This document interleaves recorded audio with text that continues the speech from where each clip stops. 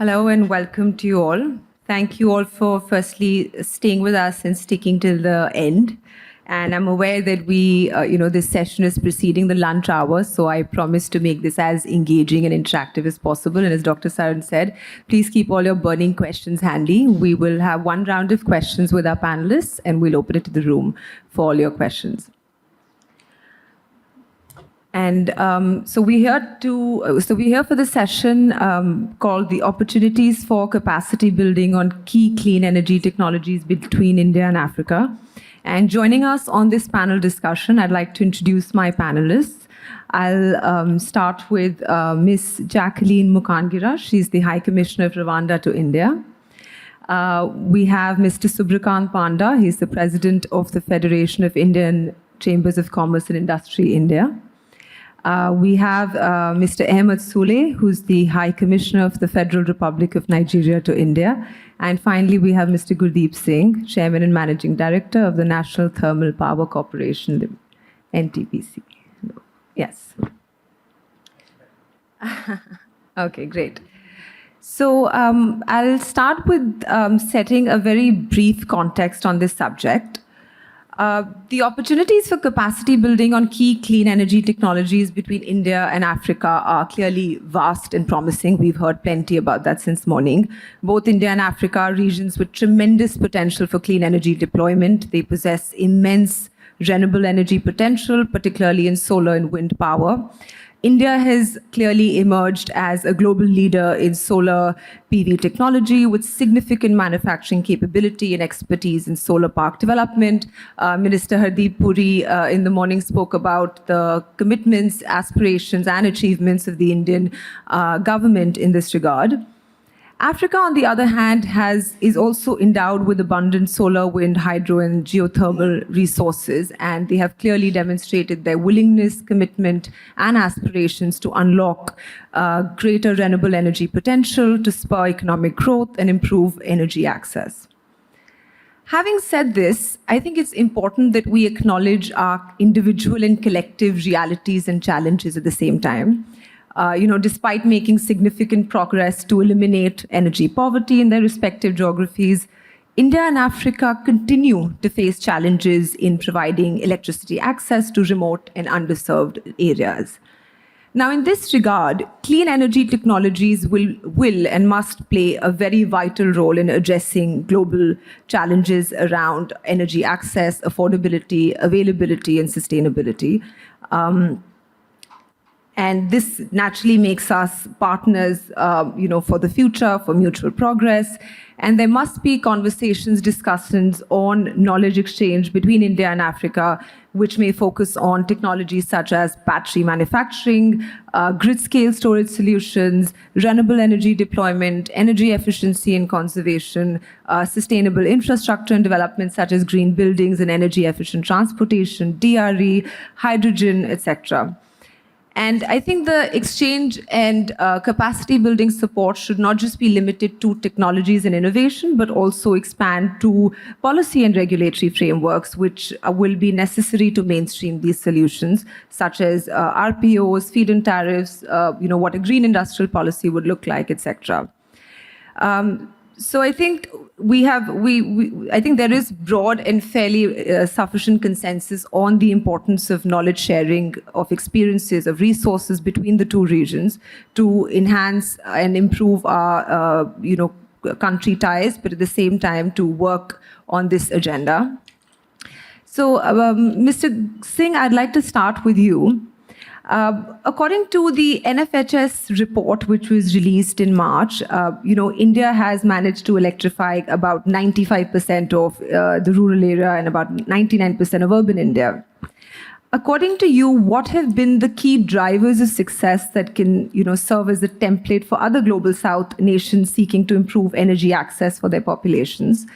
And furthermore, what role do you think can renewables, particularly DRE, play in enhancing energy accessibility, affordability going forward? And in your opinion, how would you foresee greater collaboration with other global South regions that will help in sort of accelerate these agendas? Over to you, sir. Thank you, and thank you, Samir, for inviting me in this one, this talk. I think we all know that we took this very ambitious project of so-called Sobhagya in way back in 2018, and during the period of only 18 months, we could get the electrification of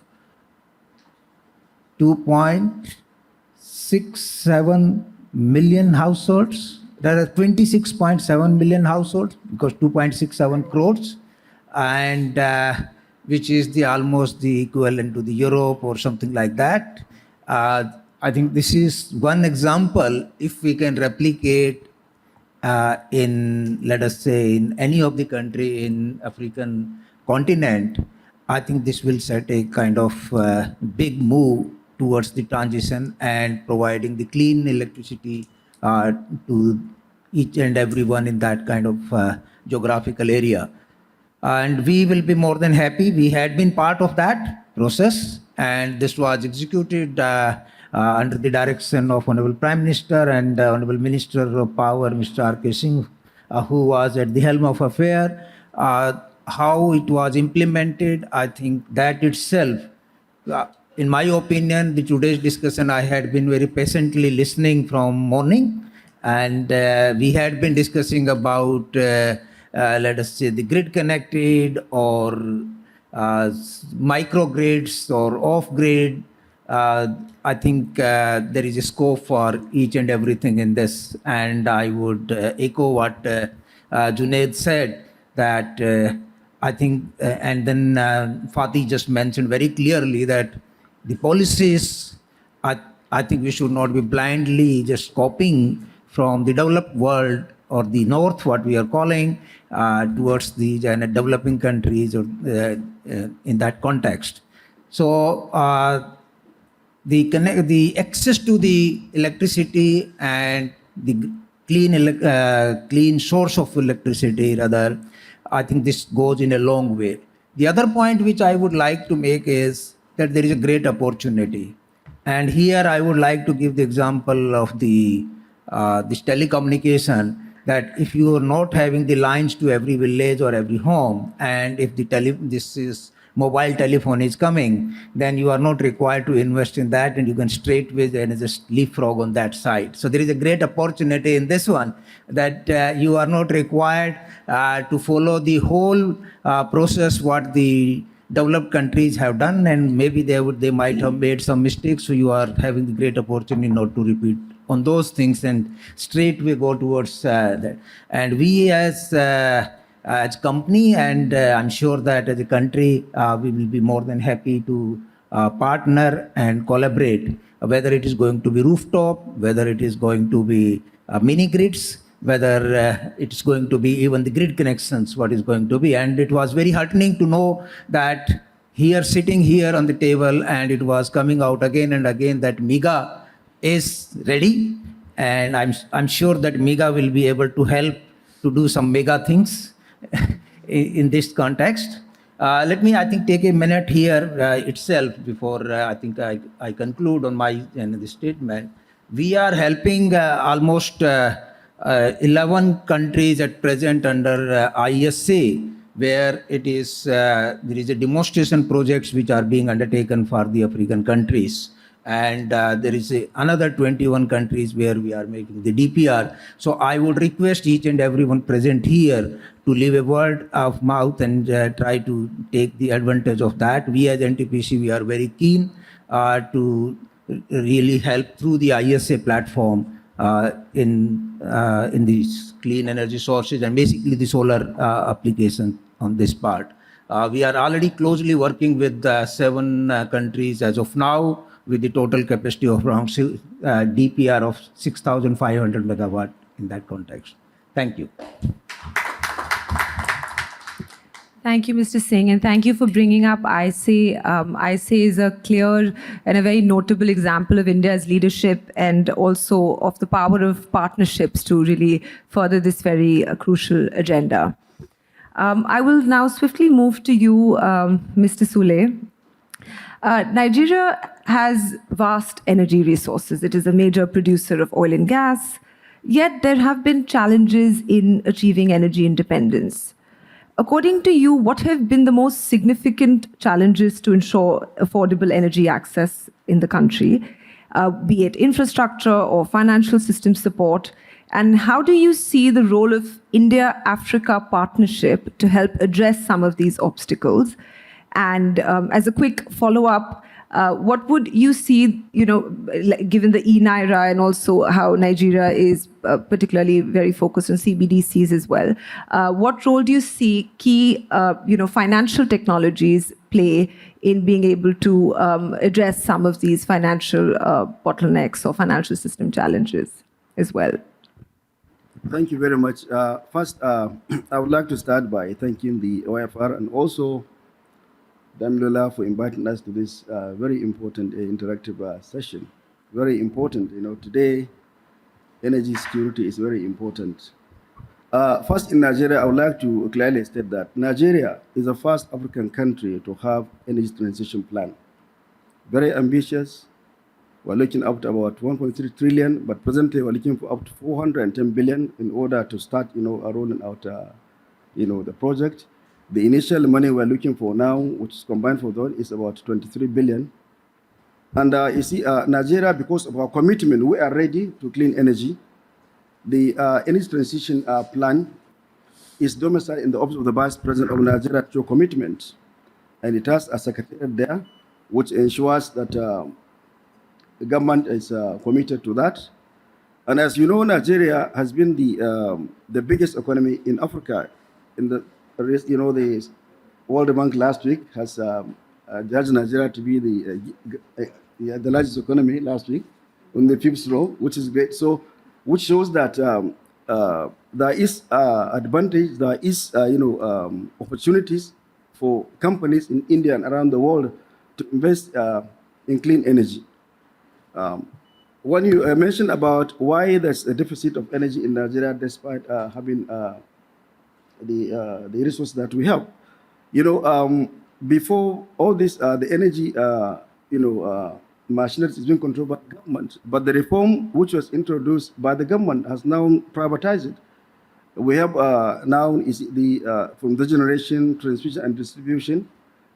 Private individuals, companies are partaking. Even there are some Indian companies that are also taking part across any sector in Nigeria, which is make it attractive for individuals and private to also invest.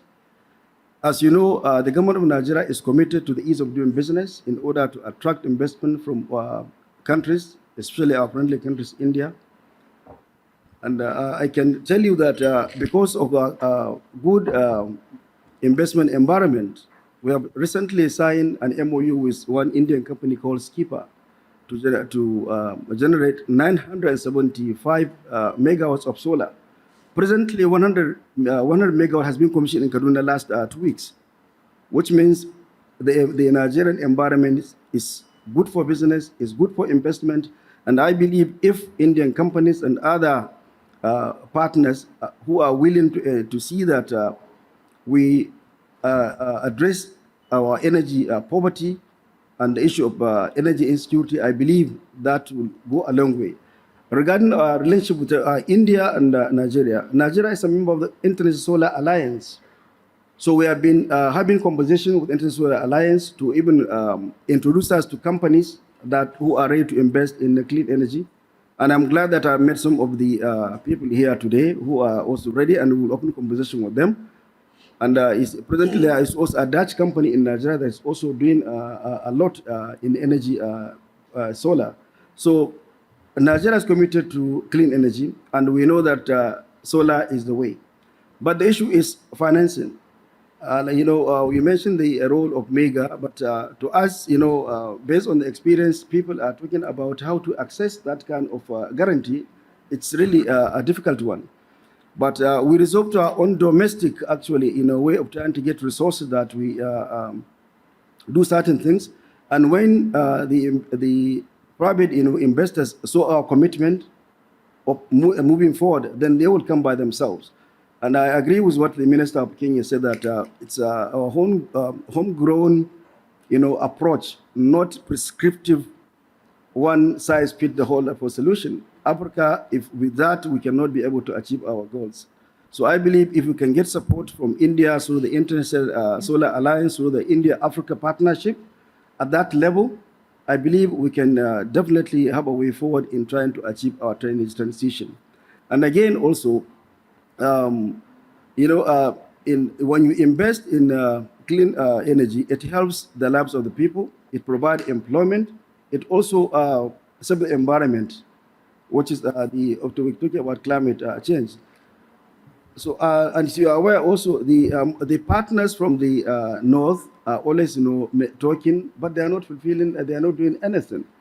So I think institutions like the World Bank that are controlled by these people, or we call them these countries, they should be able to understand that they should encourage us in creating approaches and solutions that is relevant to our own problems and how we'll address them. So you also mentioned what you said last. There's something you mentioned last also. The role of central bank currencies, for example. How do you see the interlinkages between central bank? The CBDCs, for example, with financial system reforms and payment for energy supplies? Well, you see, like I mentioned, the issue of the finance.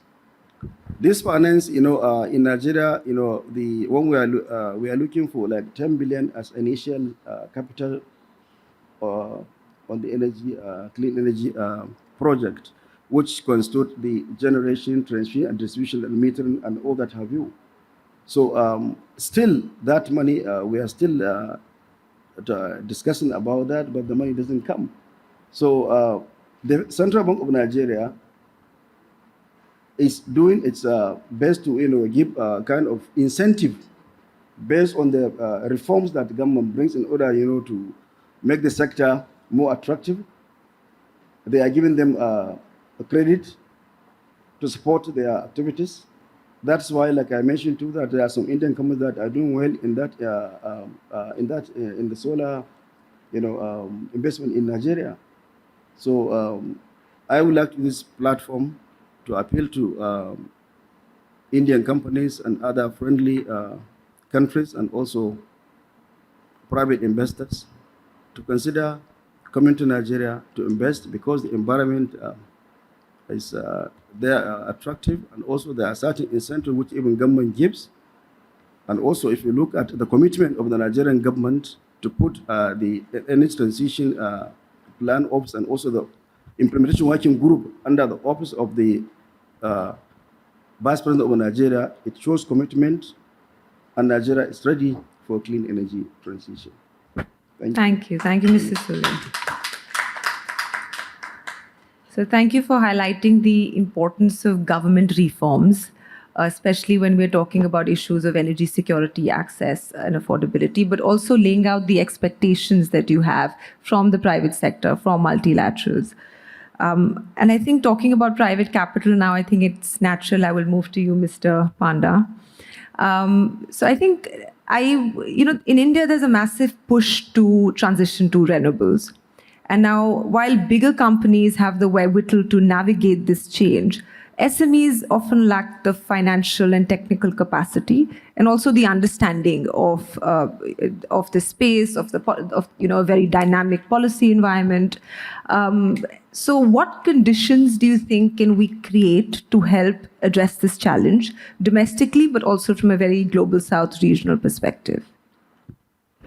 Thank you, Mannat, and thank you, Samir, for inviting me here.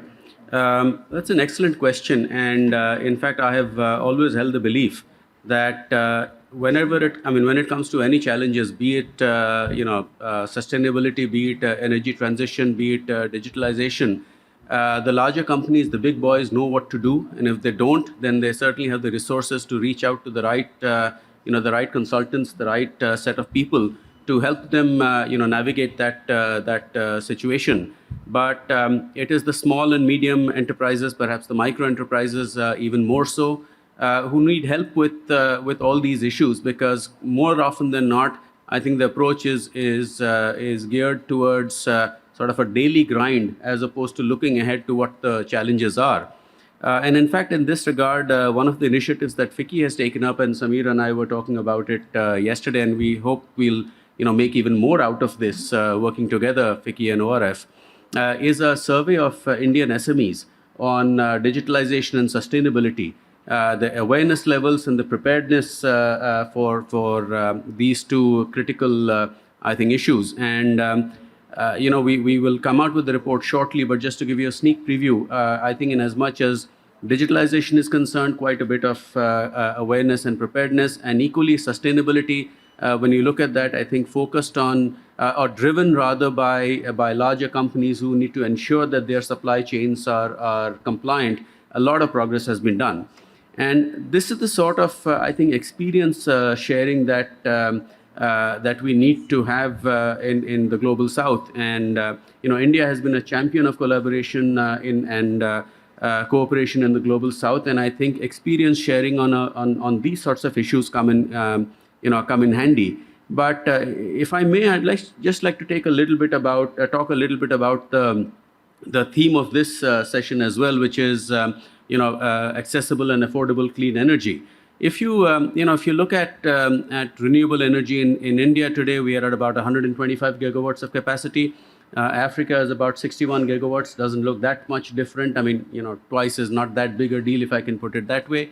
But I think that is where the similarity sort of ends, because this is a journey where India has embarked on much early. There's been very strong commitment in the political leadership to take it forward.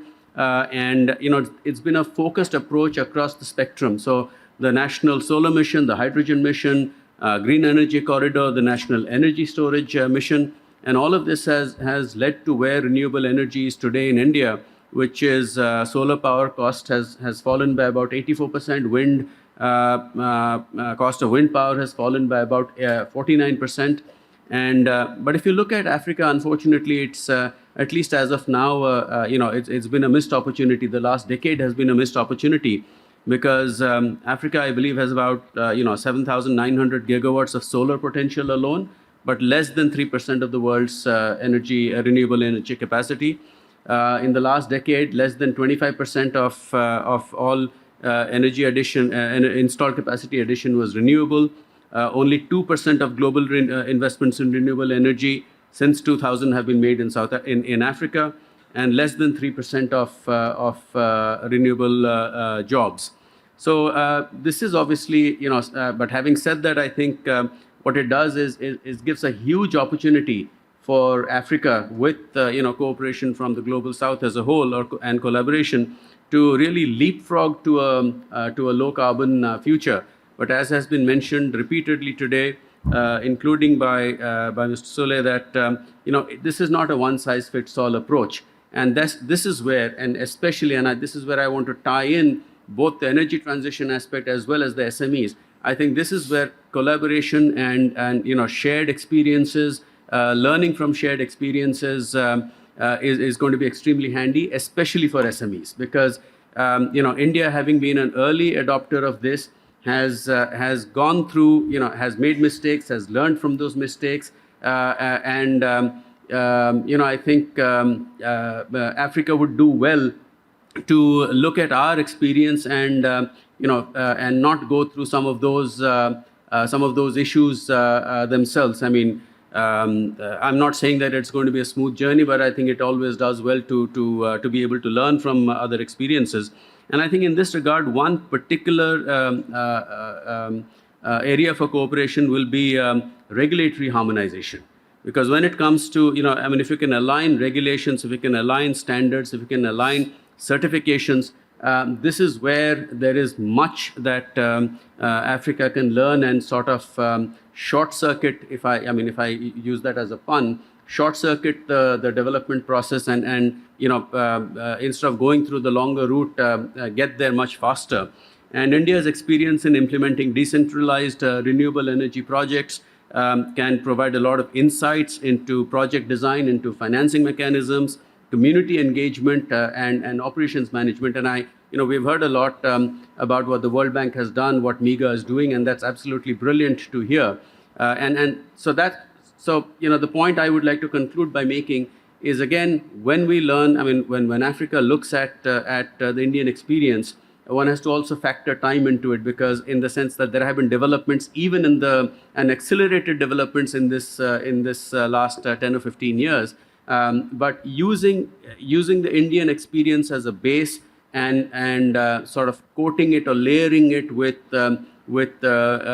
institutions like MIGA and what it has been able to achieve, I think will enable Africa to really leapfrog the traditional constraints and move on to a low carbon future. And the final point I wanted to make is, you're absolutely right in your premise that in all of this, I think a special eye has to be kept aside for the energy transition challenges that small and medium enterprises will face, because this is something that they certainly cannot navigate on their own, and they will need handholding. Thank you. Thank you, Mr. Panda, for that very passionate speech. We will swiftly move on to you, Ms. Mukangira, in the interest of time.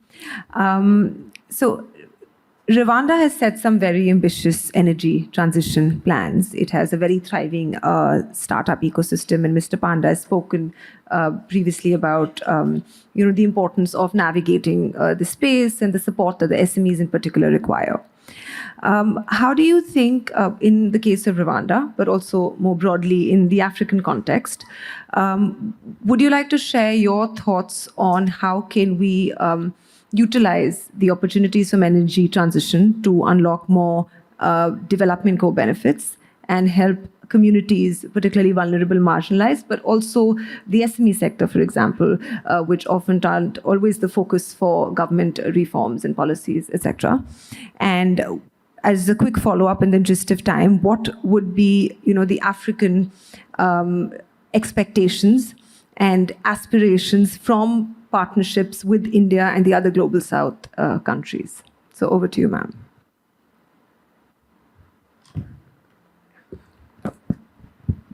Thank you very much for the floor. Excellencies, distinguished guests, it's a great honor and pleasure for me to be here today. And on behalf of the government of Rwanda, I would like to extend our gratitude to ORF and to the United Nations Sustainable Energy for All for the invitation that was extended to my country to be part of this important forum that sits for a noble cause.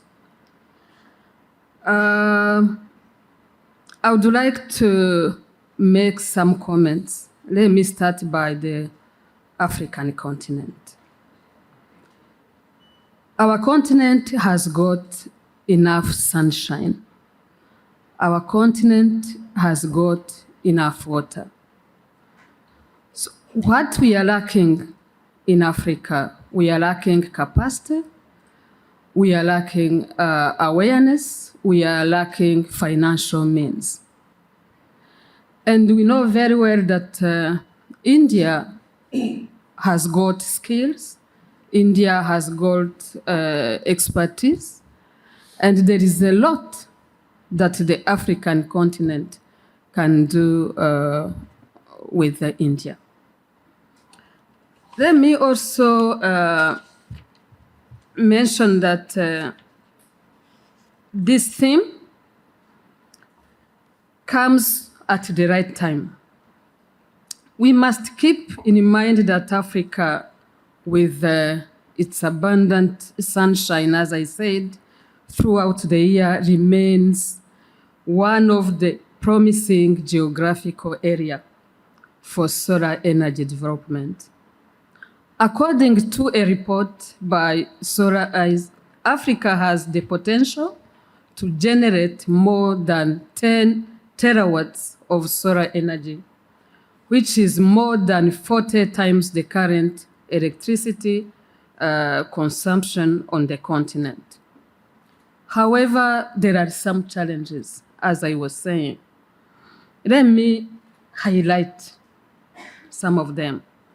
For a smooth transition into green energy, countries' policies and regulatory frameworks need to accommodate nearly the legal space for solar energy development.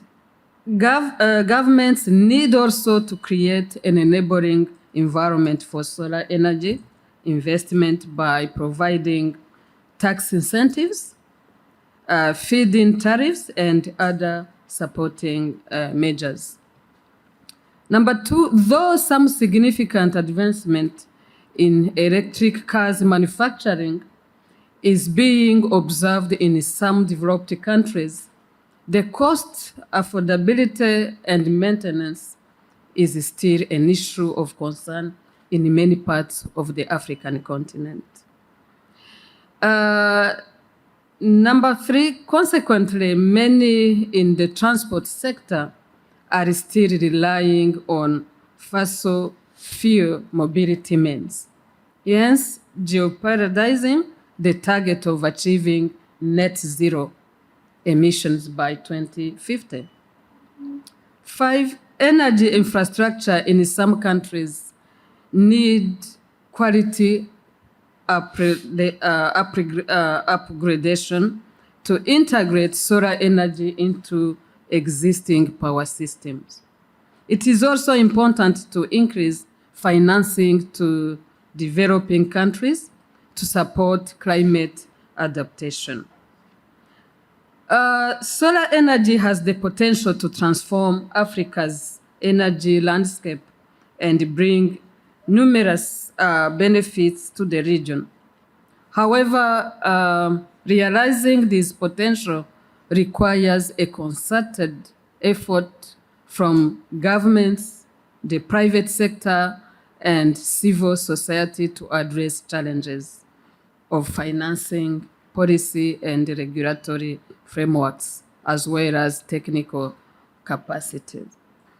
With the right policies and investments, and solar energy can help Africa achieve universal access to electricity and drive sustainable economic growth.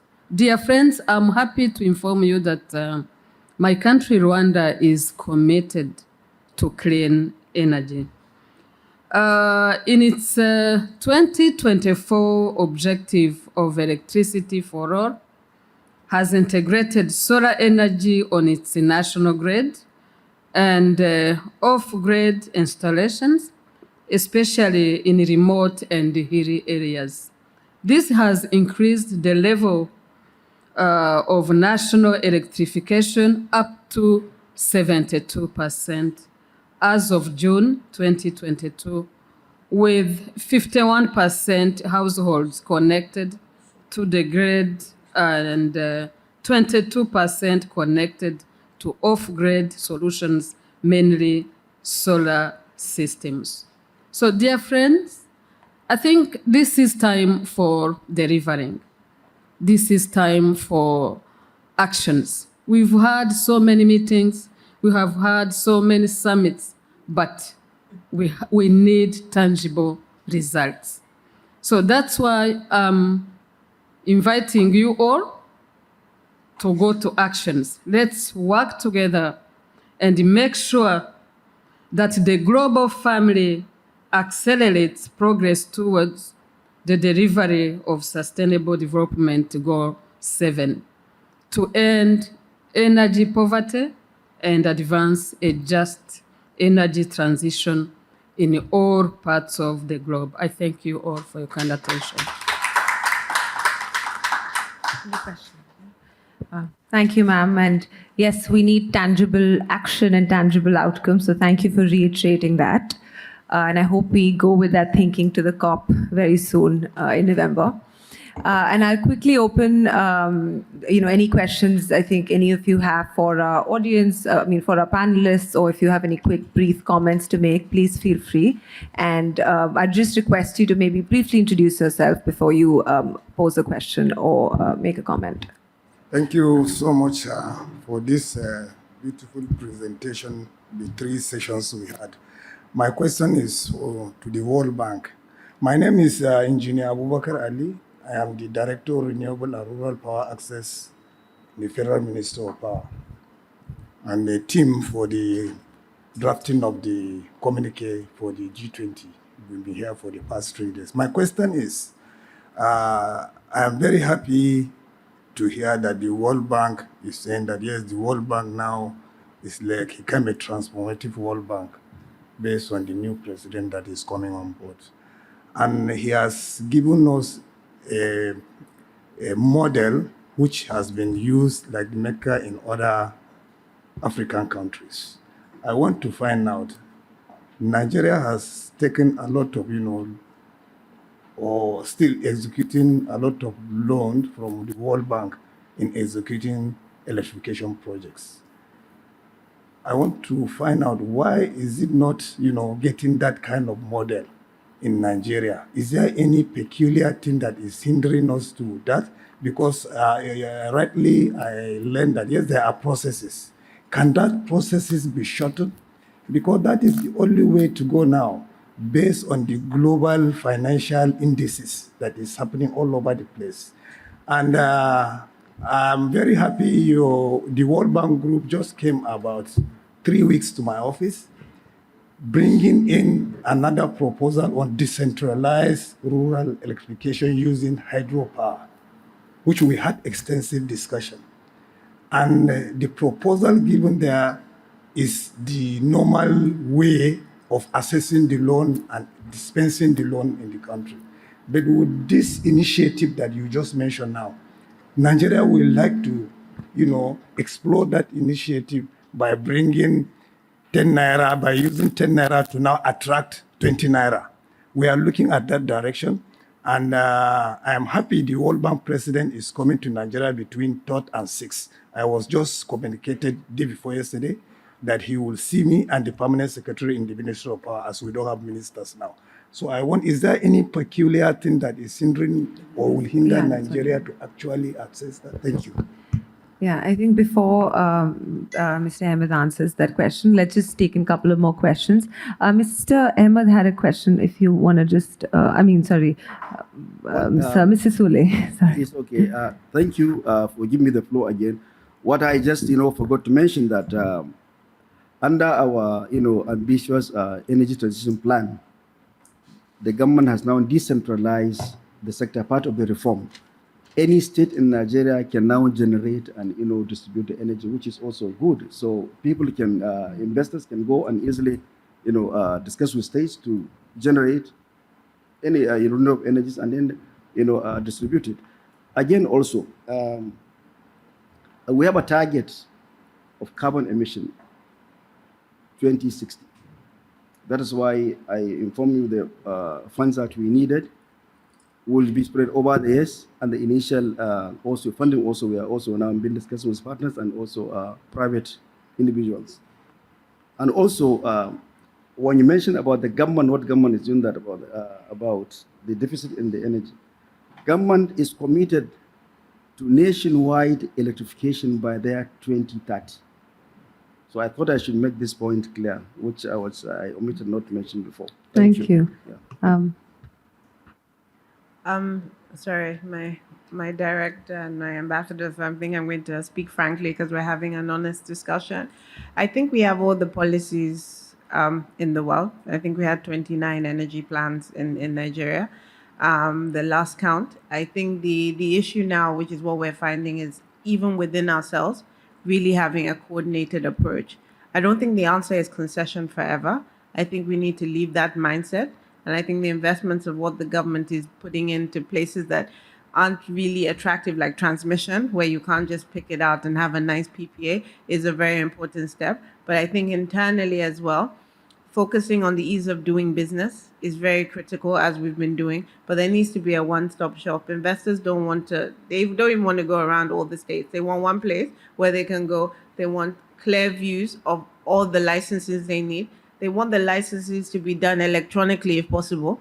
and there just needs to be a clearer path. And I think that's what the ambassador is saying that we're working towards. But I think the answer to that question is us internally as well, understanding how serious it is, understanding and a stakeholder to the public as well, how important this is, and putting some policy that put renewables and clean energy before fossil fuels is also needed.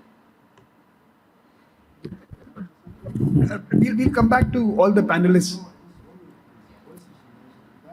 The issue of company. Under the new reform policy of Nigeria, anybody coming to invest in Nigeria can register online his company within 48 hours. And you can have 100% ownership. As soon as you mentioned this to you. Yeah. Thank you. Thank you for your remarks. Are there any other questions in the audience? I have a question for the panelists and also for Junaid. Saurabh has left otherwise. Look, we spoke about exchange of information. We spoke about knowledge sharing. We spoke about know-how and transfer of know-how. As a think tanker, I use these words often, unfortunately, and they mean very little in the real world. These are, when you have nothing else to do, you talk about knowledge sharing. When you have something concrete to do, you put it together and you invest and you build enterprises and solutions. I would argue that more than exchanging what we do well, should we have a repository of failed projects? Should we be sharing our failures more honestly? And perhaps that might be a better way to help each other so that we don't fall into the same pits, into the same trapdoors, through the same trapdoors.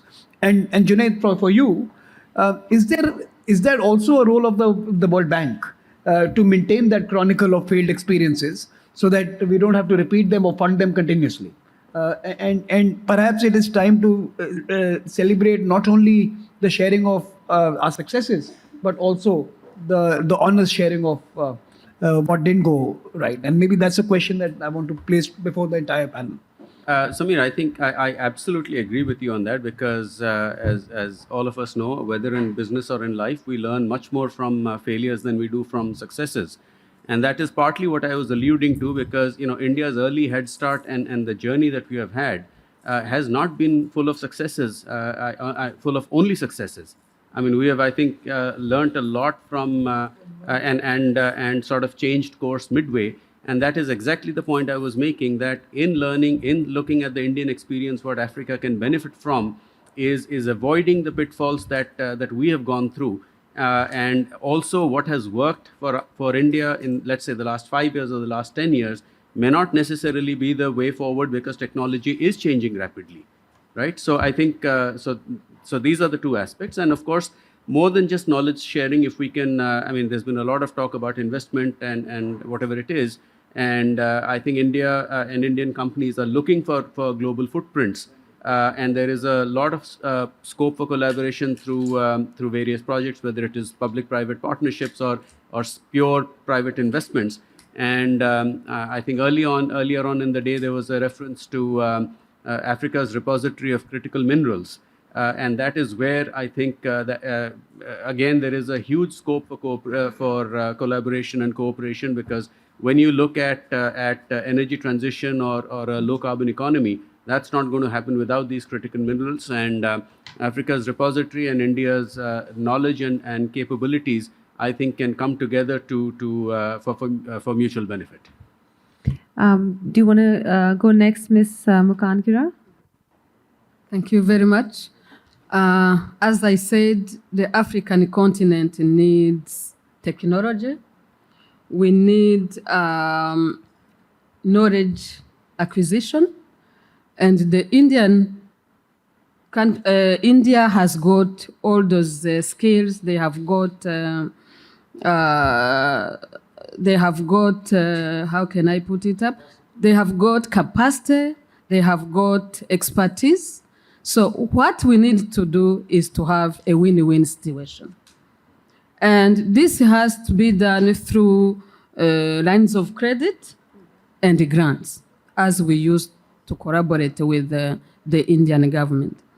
And for my country, as I said before, we have a very conducive environment. Rwanda is the safest country in Africa. We have a strong legal framework when it comes to investment. So all investors are very well welcomed in my country. And it's very easy to register a company in Rwanda.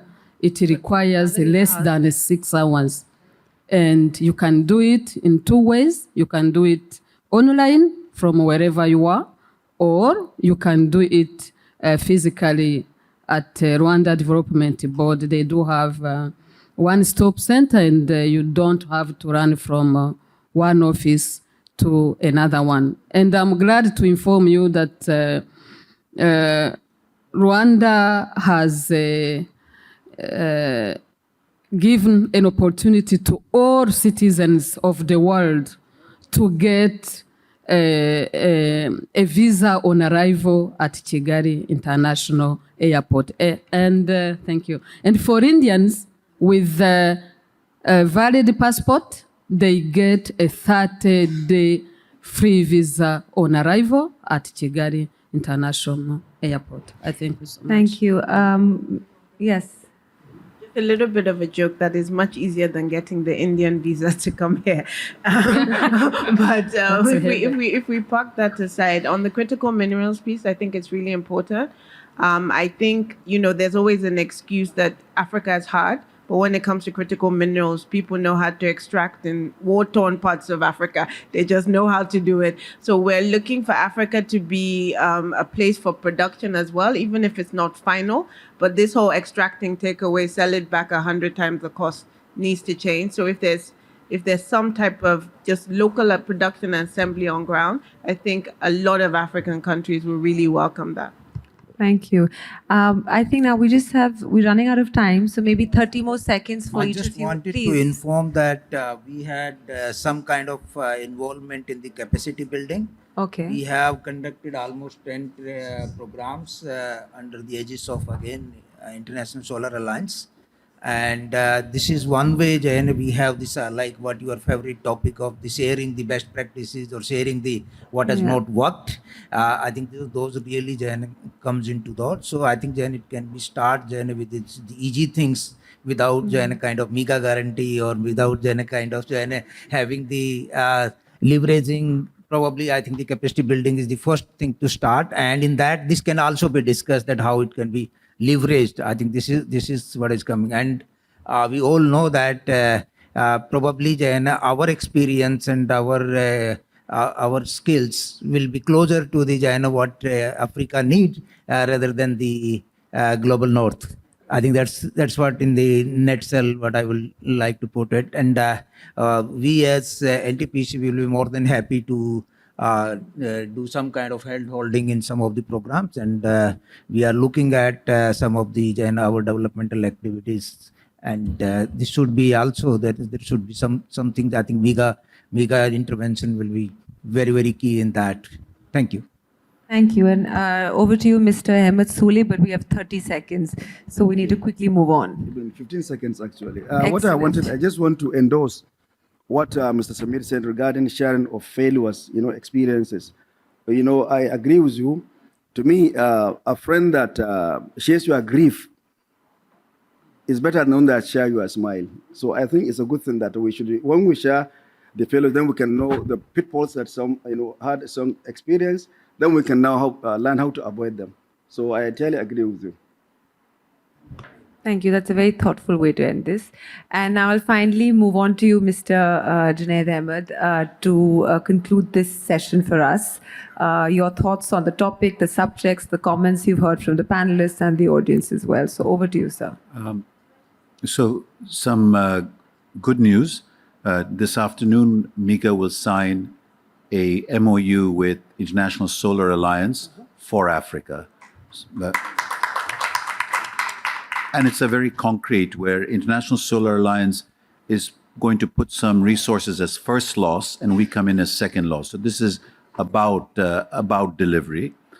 Second point is, I believe that South Asia and India in particular can become the human development center for Africa.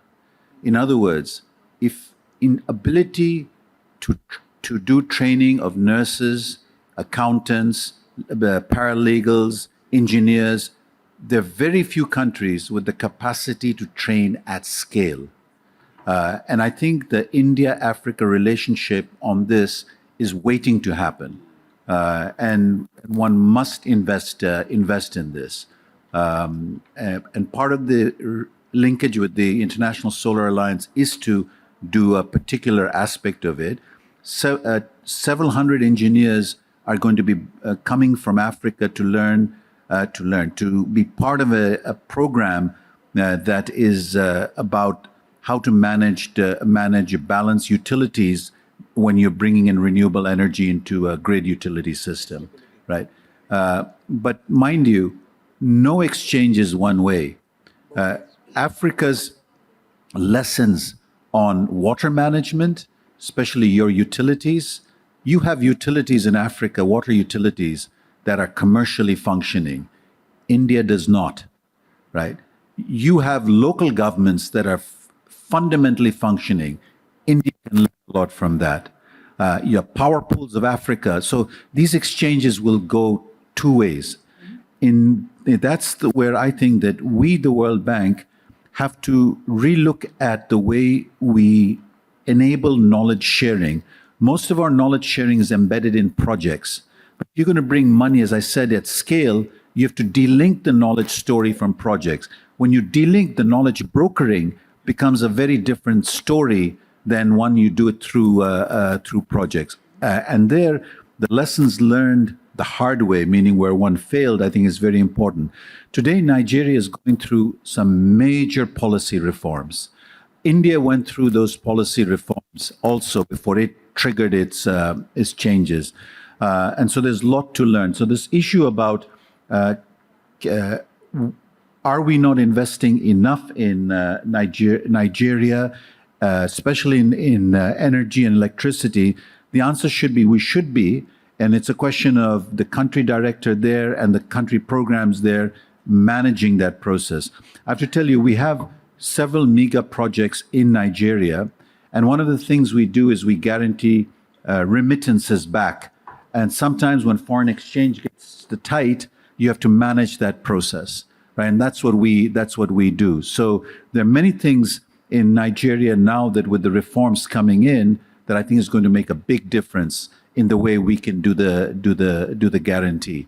But again, the big lesson, and as Bangladesh learned, it is never multilaterals that will lead the process. It is the countries that will lead the process. When Ghana says we had a policy, that's exactly what will lead the multilaterals. Easier to guarantee when you have a framework. Now, the rest of the world may say, I want to wait and see whether that framework is valid or credible. The guarantee helps saying, we will guarantee that. But it is your policies that we are guaranteeing.